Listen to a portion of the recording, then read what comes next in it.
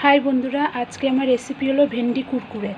ভেন্ডি কুরকুরের জন্য ভেন্ডিগুলোকে আমি দেখুন এইভাবে লম্বা লম্বা করে কেটে নিয়েছি। এবার এর মধ্যে আমি বেসন দেব। বেসনটা পরিমাণ মতন যেরকম লাগবে সেরকম বুঝে আপনারা দেবেন। লবণ দেবো স্বাদ অনুযায়ী, সামান্য পরিমাণে হলুদের গুঁড়ো, সামান্য পরিমাণে কাশ্মীরি গুঁড়ো লঙ্কা, একটু কালারটা দেখতে সুন্দর হয় বলে। এবার এটাকে আমি হাতের সাহায্যে ভালো করে মাখিয়ে নেব। এই যে ভেন্ডিটা আমি এভাবে মাখিয়ে নিয়েছি ভালো করে। এবার ভেন্ডি কুরকুরের জন্য আমি কড়া বসিয়ে দিয়েছি। কড়াটা গরম হয়ে গেছে, এবার তেল দিয়ে দেবো।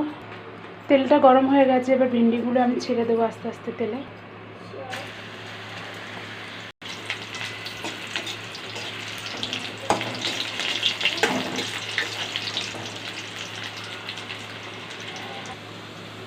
এই যে ভেন্ডি কুরকুরে আমার হয়ে গেছে, এবার তুলে নেবো। এইভাবে আস্তে আস্তে সবগুলোকে ভেজে নেব। এই যে ভেন্ডি কুরকুরে রেসিপিটা আমার রেডি হয়ে গেছে।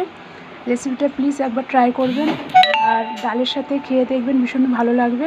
রেসিপিটা যদি পছন্দ লেগে থাকে তাহলে একটা লাইক, শেয়ার, কমেন্ট আর সাবস্ক্রাইব করে দেবেন। Thank you.